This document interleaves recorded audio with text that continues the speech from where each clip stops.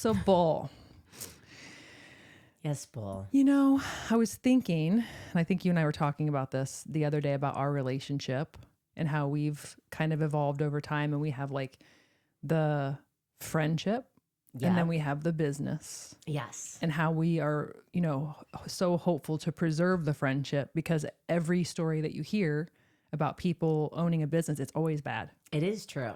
It's like crash and burn, and it's like a marriage Yeah. without the sex. Yes. Well,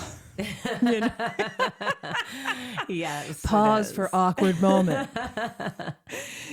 So we started talking about this the other day, and I was reminiscing a bit about what brought us together originally. Yes. And it was the workout, It's true. but it was also like we had an instant kind of like, oh my gosh, who is this weird person that is out there in the world? And that kind of, it was like a magnetic force. I definitely believe we were fated together. Yeah. If that's even a sentence. It is. I feel like if we didn't meet that way, we would have met a different way. Like Yeah. we would have crossed paths somehow. Yeah. Wouldn't it be like sad if we didn't have this last 10 years? I know it would be it. Like, if it was, honestly, our lives would look so different. I know. I wonder what they would look like. I Oh, know. let's not Let's not go there. So one of the things we bonded on early on was we were both children of divorce. And that's true. And so and we would always talk about how that has impacted our imprint or the way we walk in the world. Yeah. And I think it's an interesting topic because, the more people I talk to in here, and, divorce is always a topic. It's like, just like with Mitchell today, his parents got divorced. It's like 50% plus people are going to do that. And it's, I think what I've learned in my existence is it's how you handle the situation after the divorce. It's everything.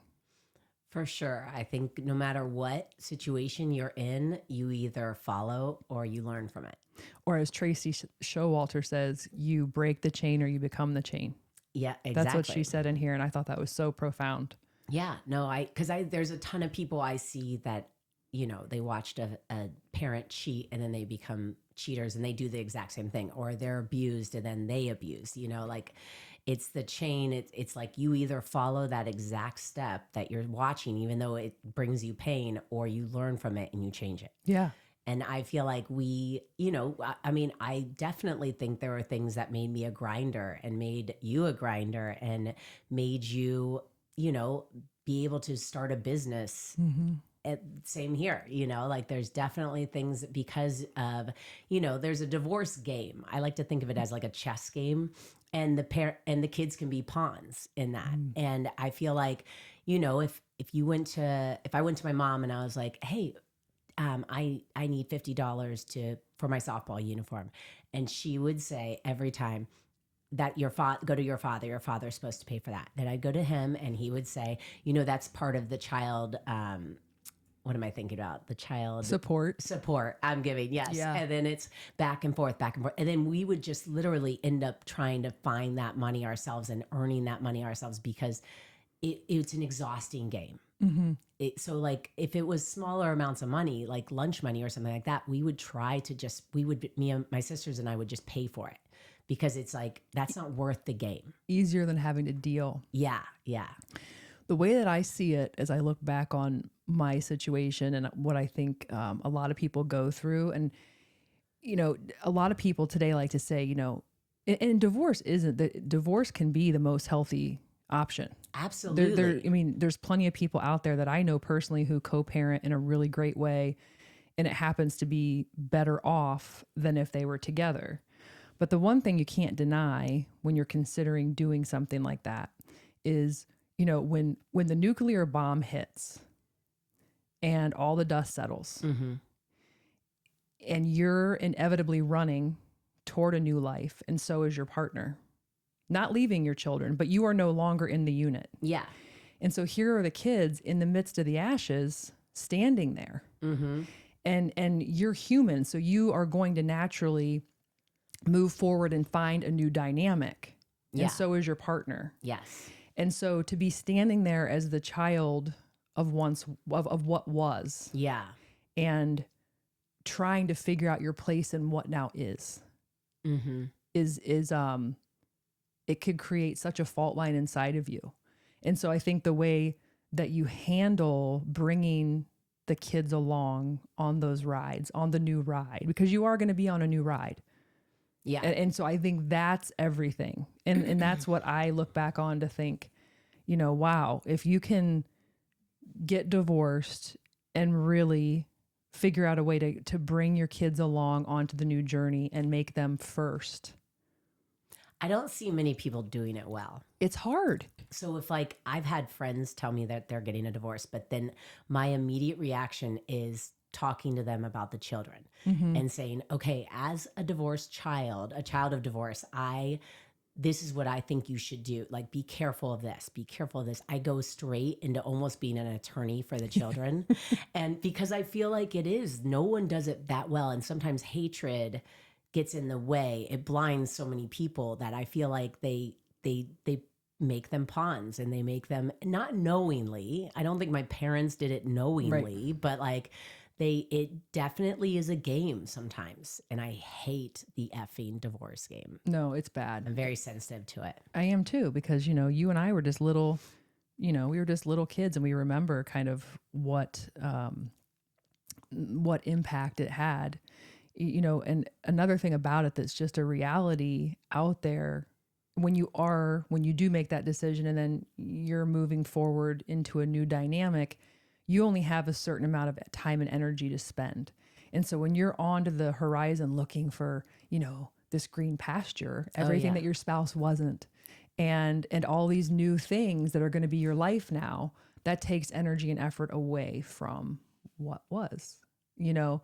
I remember being very little, and I look back and I think, wow, I'm really glad that I figured out a way to kind of be my own champion. Mm-hmm. You know, because my mom was definitely out to pasture on many levels. She did her best, but like clearly had her own trauma, unresolved issues. And you know, when you don't know better, you can't do better. So she was, you know, doing her thing.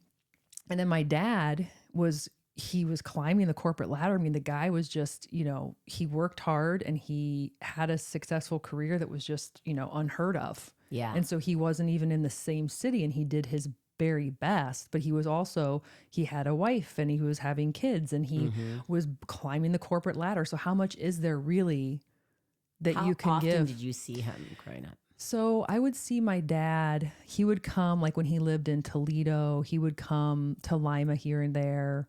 We would, like when he lived in North Carolina, we would go a couple weeks in the summer. I didn't see him that often. Yeah. Because just basically proximity. Yeah. You know, he was in a different state. So he definitely did try to get us when he could. But the reality of some of these situations, whether it's distance, whether it's the you know, toxic situation between the spouses, you really have to, as a child, grow up so fast. And I think you either figure out, again, like I did figure out like my exterior. I'm like, no, I am worth it. Mm-hmm. I'm my own champion, and I'm moving forward. Like, I don't think I know every kid doesn't. Some people just kind of like melt into the floor.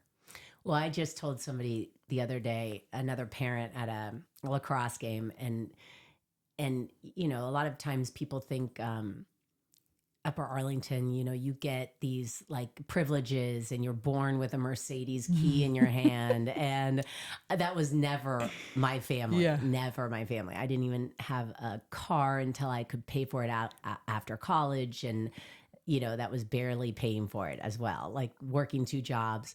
So I never lived that life, which I hate when people think that, because I hate that, you know, I didn't have that. So don't always, you know, assume that. But I told this other parent about, he had brought up something, and I said something along those lines about my parents getting divorced, and that definitely wasn't the case. And he goes, that makes sense, because you own that business, right? And you own SOS. And I was like, yeah. And he goes, that makes it all make sense. He's like, you're a grinder, like you did it. And I was like, you're right. I mean, a huge part of that is like just being your own champion and grinding and trying to like, because you're gonna get you know, like there's there's a little bit of like that world in between that, you know, you're not trying to play this divorce game. So, and I did have a dad that went off and he had more kids, and even though we lived like blocks away from each other, it did feel sometimes like that he's, you know, further away in a different world, a different family, you know, and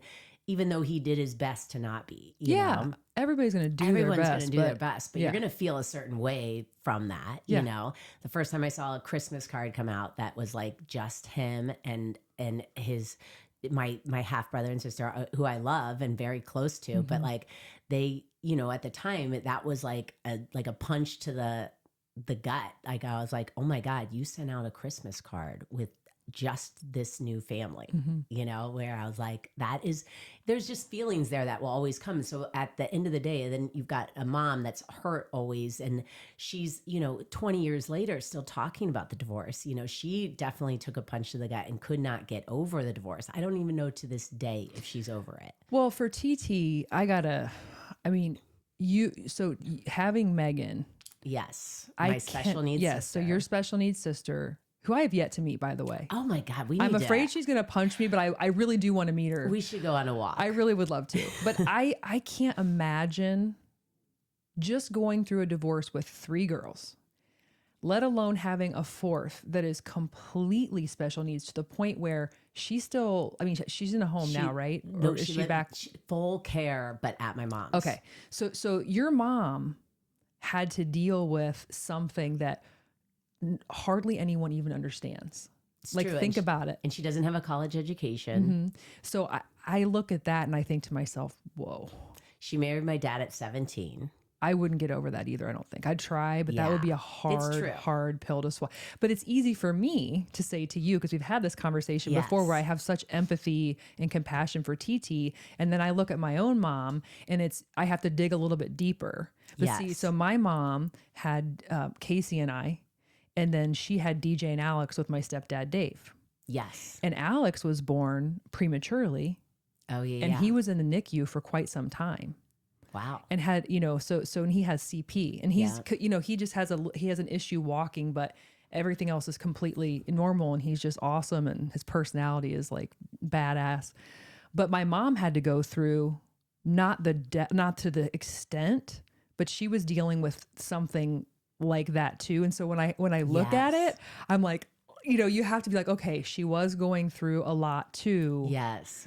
But that's the thing, that's the conflict, because once you decide to make that choice, and once the nuclear bomb goes off and those new lives are formed, no matter how good of a job you do, the kids who are left behind are never fully integrated into the new life. That's very true. We've talked about that. You know, and so as the kid, you have to decide, you have to get right with yourself and figure out where you fit in. Yeah.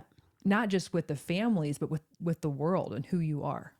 Yeah, no, it's definitely, I think it teaches you lessons, or it teaches you, here's what I don't like. I don't like when people, and this is going to probably come off wrong, because I don't like when people blame stuff on divorce, you know, like, because, I'm this way because of that. I'm this way. Well, my thoughts are like, you can either learn from it and be better for it and be stronger because of it, or you are following in the same, or you're basically standing still and just blaming shit on a divorce, which I just don't like an excuse. I couldn't agree with you more. I think you have to get to a point in your life, whether it's whatever the cards are. So it could be divorce, it could be whatever unfortunate hand or card that you're dealt.